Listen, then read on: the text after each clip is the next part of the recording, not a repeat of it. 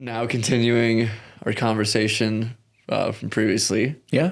Right, structure first, people second. Yeah. So now we are We're on to people. on Yeah. to part two. Obviously, people part two. Right. But why are people?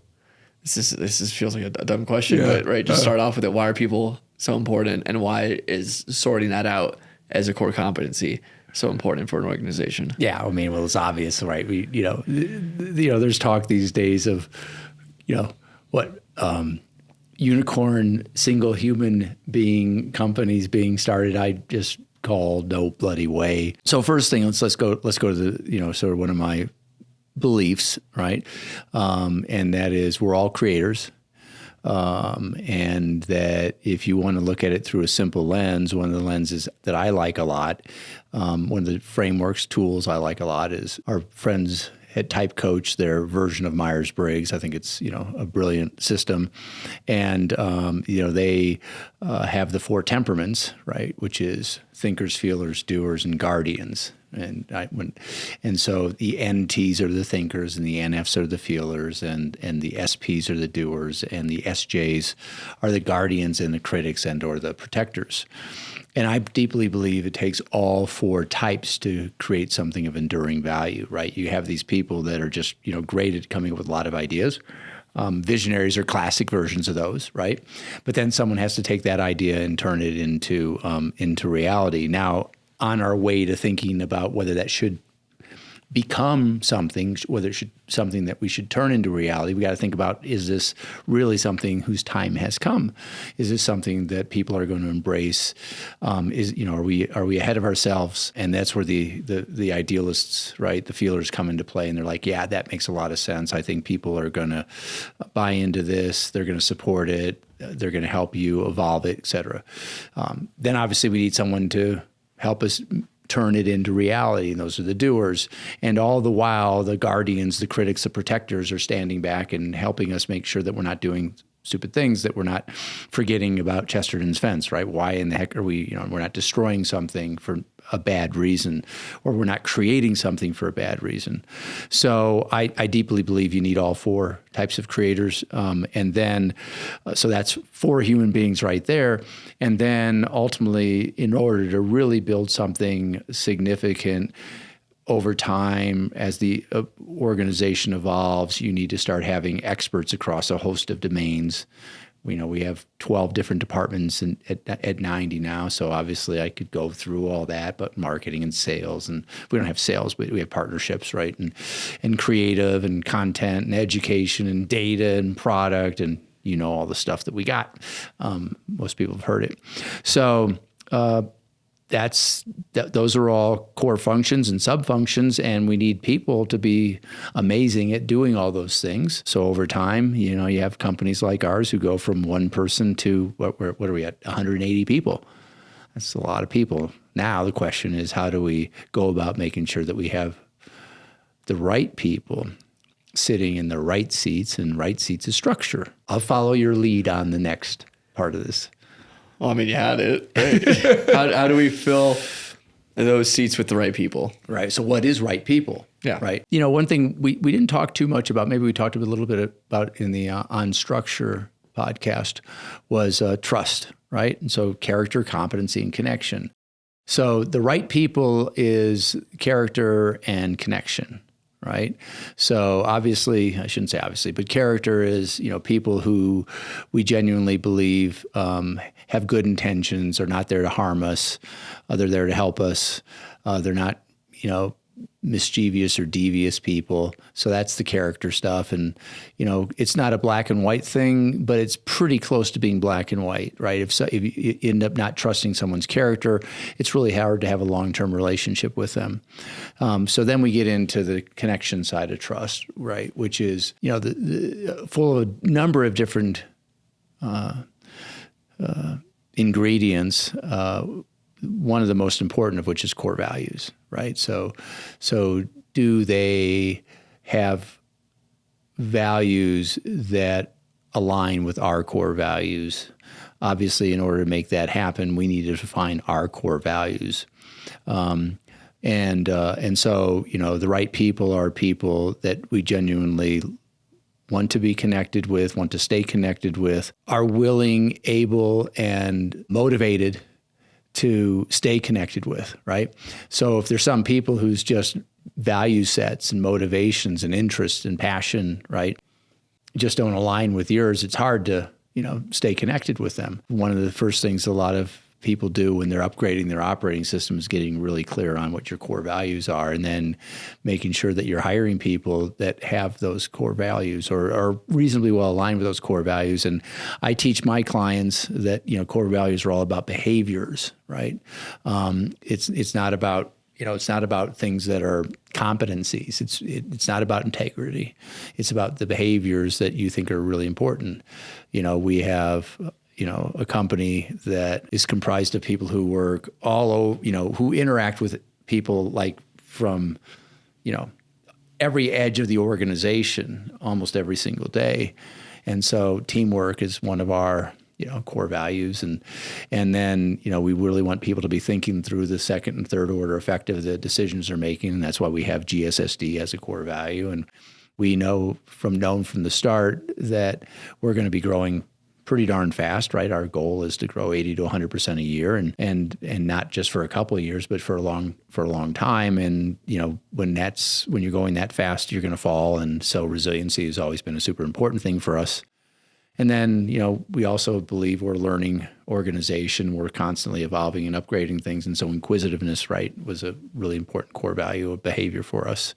And then becoming better and better versions of the best version of self is another one of our core values. And that basically means is that, you're ambitious for self, you're ambitious to grow and just become better, right? It's you're not stagnant.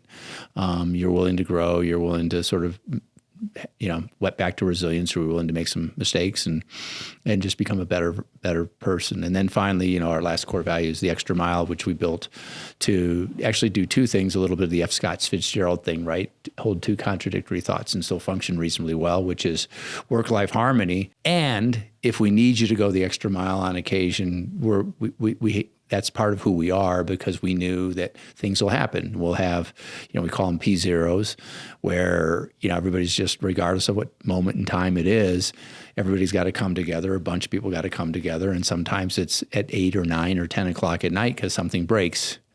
Good news is it doesn't happen very often. But when it happens, people need to know that's who we are.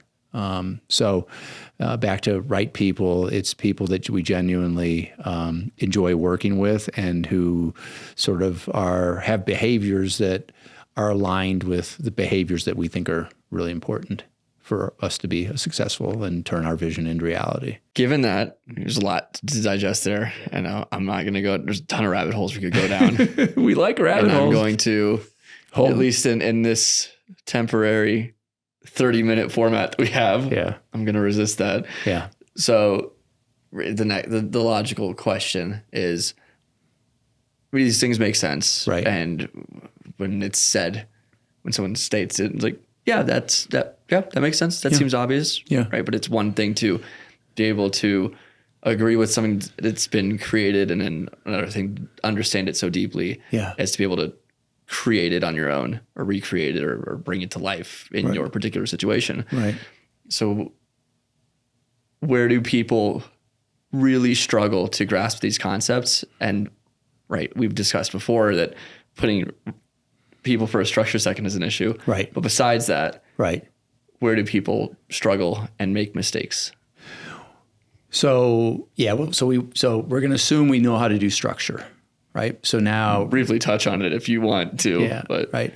So, structure basically means that every single seat in the company has a very specific objective. In order for them to achieve that objective, there's required skills and experiences associated with being able to comfortably sit in that seat. And we talk about CCC, right? So you're competent, you're committed, and you have the capacity to sit in that seat and excel and grow with that seat as appropriate for the way the company's growing. So, first things first is, making sure that someone they belong in that seat, that they're right seat. So, the interviewing process around the skills and the experiences and understanding whether or not you're confident that when they come on board and you've done a reasonably good job of onboarding them. And our philosophy is, if we think it's going to take more than 90 days to onboard someone and let someone run in their seat, they're probably not ready for the seat. So, within 90 days, we think they're going to be up and running and willing to and capable of handling all the sort of requirements associated with that seat, that roles and the accountabilities and responsibilities associated with that seat. So that's right seat. And, it's interesting. I think a lot of people don't do a particularly good job of making sure that people CCC the seat, in part because they probably haven't done the real work on getting the roles and accountabilities and responsibilities for the seat nailed, number one. Number two, figuring out what the required skills and experiences are there. And the innate problem solving, right? So we're big Kolbe people. So the innate solving problem preferences for that seat. So getting a Kolbe C done and making sure that the individual's Kolbe A and the Kolbe C are pretty well aligned, right? So you're not trying to put some low fact finding, low follow through person in a high fact finding, high follow through required problem solving skill set seat. And so, so back to right. So first things first, get the seat figured out, get the roles and accountabilities and responsibilities figured out, get the required skills and experiences figured out, get the problem solving preferences, Kolbe C and Kolbe A stuff figured out, and making sure that you're not, it sounds hard when I say it, but you're not slamming a square peg into a round hole in terms of the human versus the seat, because obviously that's not good for the human or the seat, and either the human's going to break or the seat's going to break, and it just doesn't work. So that's right seats. And then once you get really good at, then you got to get really good at interviewing for behavioral fit. And, there's a lot of ways to do that, but, getting really good around, you want more than one person. Everybody in our company, when they're in an interviewing process, they take on some of the core values and so resilience. So give us some examples of, where you've not gotten knocked down. I mean, some good ones, right? And how you got back up and what helped you get back up and why you got back up, right? Give us some good examples of being inquisitive and how you were able to demonstrate that in prior seats, and then walk through, we end up walking through all 6 of the core values, and we try really hard to have a sense of whether or not people will exemplify all of them. But if someone's like, they exemplify 5 out of 6, and the 6th one, it's kind of like, yeah, they're good but not great. That's okay with us. But if it's clear that, especially clear if when you're interviewing them and they're talking about stuff, you can tell they're not a team player, then that's not going to work for us. You can tell that there's a lot of stories where they got knocked down and they're just bitter about it. That's not going to work for us. Because ultimately, a victim mentality kind of thing, right? Yeah, that's exactly. Not resilient. That doesn't work, right? And so, ultimately you want to get through there and we go even further than that, because when I write about trust and I write about connections, it's not just core values, right? It's goals and it's interests and it's passion. It is core values. But, ultimately, one of the things that we do is we're pretty good at figuring out whether someone really genuinely wants to be here, whether they're very attracted to the mission of the company. They're very attracted to who we're supporting and why we support them. They're very attracted to the core values. They're very attracted to the opportunity for growth. And so, if, as an example, and probably should or shouldn't say this right in this forum, but if we know that someone's like, it's just like, it's all about money and it's us versus another job offer, we're like, go at it, have it, right? No, right? If all else is equal and it's just about the money, then that's not a good core value fit for us because of that it's not a good cultural fit for us because of these other dynamics that we're talking about, right? And so, for us, core values is an important component of the right people, but we go beyond core values to make sure that they're really a right person, right? That they genuinely think what we're doing is cool. They genuinely like and see themselves growing, and they generally get sort of like some things like how much we want to build high trust relationships with all of our ideal stakeholders. So everybody that we hire, I think the vast majority of them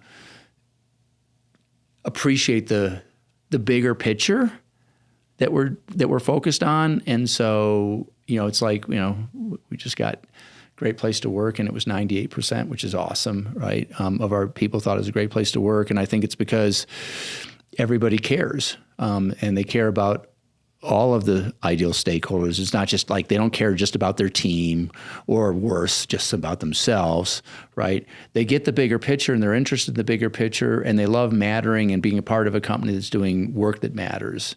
So that's also a part of the right people stuff. And I think we've done a pretty good job, right? Because I think we do a good job. I think we have a good team doing that. And when we do make mistakes, we learn from them and we implement those lessons. And right. Yeah. I don't think we've really had, I can't think of any repeated people issues. Right. Which is around a certain type of thing. Right. Like where something was an issue and then that issue came up again. Right. I mean, usually it doesn't happen more than twice. I can't think of anything really happening twice, which is pretty amazing. Yeah. And I think with the core values thing, right, that's in order to work at the company, you have to be a core values fit. And then then it's the seat thing. Yeah. And then, taking all that Colby, all his personality metrics. Yeah. Yeah. And using that. Yeah. Or Colby and our type coach and then our version of Enneagram, right? But the Colby is to make sure we're not putting square pegs in round holes. And then, the type coach and our version of Enneagram, those are just helping us with self-awareness and other awareness. And I think that what's been really interesting, because when I first started doing this, which from the very beginning of the company, there's a part of me that was like, would people like, why are you doing all this stuff? But we've hired, obviously, we have 185 people. We've had some turnover. So let's just say we've hired, I don't know, in the history of the company, 250 people.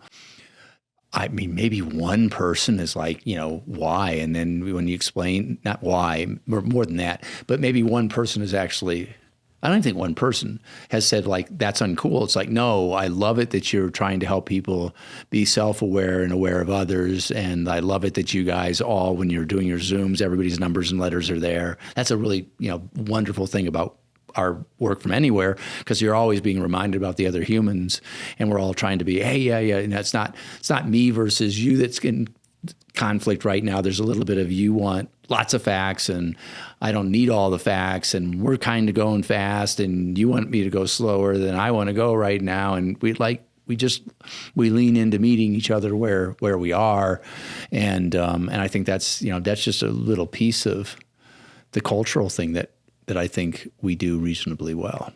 Yeah, because something will happen, and then you look at the numbers like, okay, yeah, all right, I should have, then it sort of flips that perspective from how could you screw this up to why did I put you in a position to fail? Right. And that happens, right? And it's sort of, I think there's a compounding nature to avoiding that unnecessary conflict. Right. And that over time builds trust more so than I think we realize. And then you're also, so sometimes it's like, why did I do that? And sometimes it's like, oh yeah, I get it, right? Right. You're getting into a conversation like me as an NT getting into a conversation with an NF, like especially like an ENFP, right? Where the E is actually thinking out loud. And so you got that going on. And then the NF is like, really focusing in on the emotional, the human side, right? You got that going on. And then you got the P, which is, all right, trying to just like play with the ideas as opposed to my J, which is like, can we just make a bloody decision and move on, right? And so you're just like, so you're just like, you're at peace with the game that's being played, right? Which is cool. Mm-hmm.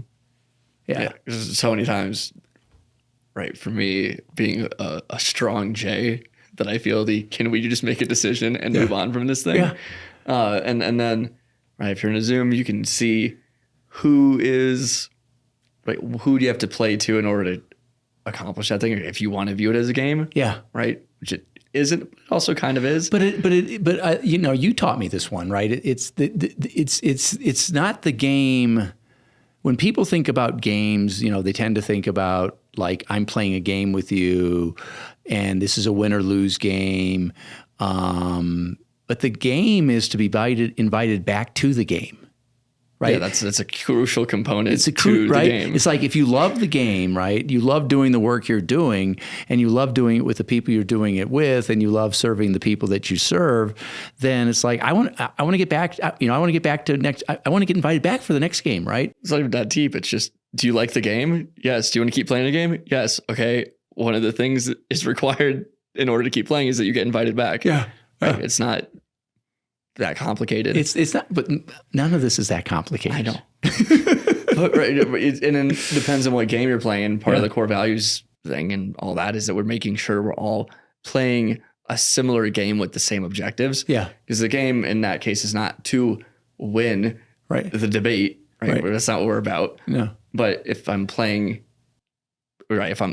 football, I'm not my quarterback. I'm not going to pass it to a lineman. Right. Obviously. Hopefully not. Well, maybe that's the design play, but that's a whole other discussion. Unless we called it, we told the reported. Exactly. I'm assuming we didn't report here. But I'm looking at what players I need, right? Who we can use to best accomplish the goal. Yeah. And it's nice to have all these things be explicit so that I can read the playbook and call an audible in that moment, right? Without having to memorize, okay, this person works this way, this person works this way, because that doesn't work when you have 180 people. Right. Right. And we're all about making it scalable. Yeah. So it's crucial to have that. And I think, you and I are both kind of, we have the three tools that we leverage all the time, Colby and Type Coach and Print, right? Which is our version of Enneagram.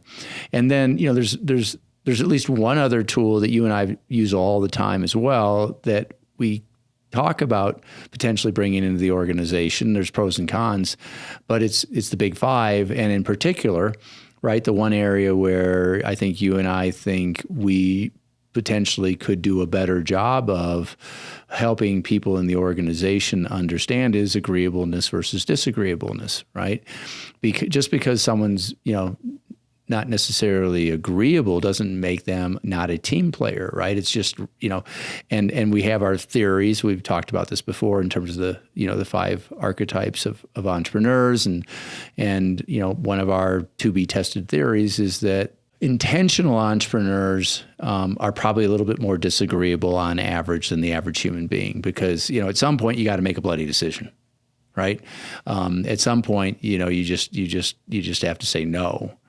And for some people, saying no is harder than for other people, right? Yeah. And I think with the big five, to me, it's always the easiest thing to assess somebody off of with just a conversation. Yeah. And so I think the value with that could be as simple as just making sure people are aware of the traits and are educated on that. Yeah. Because if you know that and you have that context, then if someone's being weird, you can just go to that and make sure that and make sure that checks out before allowing that to escalate in your mind. Right. And then it just gets down to, all right, is this disagreeable human, right? Are they disagreeing just to disagree, right? That's a game that they're playing, whether it's intentional or not, right? Or whether it's whatever the term I'm looking for, it's not intentional, whether they're aware of it or not. right? Or, are they genuinely just like, no, this is what makes sense, and I'm confident I can explain myself, and so then it's the agreeable folks who are like, well, wait a second, you're being disagreeable, and why aren't we working on this more? And so I think that's an area where we could be better. And I think you're right. Just being aware of the trait's pretty huge, and being aware that the trait is not a negative trait per se, right? There's value in the trait. No, none of the big 5 traits are inherently negative. Yeah. I mean, within an organization, you could argue low conscientiousness is a problem, but that's a separate discussion. Right. But if you have low agreeableness and low openness, that could be an issue. Yeah. But if there's a lot of people at 90 who are low in agreeableness but very high in openness. Yes. And so that's, I think from a executive standpoint, I think that's a healthy mix. Well, and back to your point, not to be 90, whatever. Well, that's the world we're in, right. So we're gonna talk about it. Yeah, but I was going to say not to be, like patting ourselves on the back here, because that's not the game here, obviously. But we also have a lot of very conscientious people, especially at the senior leadership team and the C-suite level. I do think that particularly in a commercial world where you're trying to build something and you're trying to make everything as explicit, coherent, and resonant as you possibly can, so that you can attract and retain and scale and do all the things that you need to do in order to build a great company. Having a bunch of highly conscientious people is actually a pretty good thing.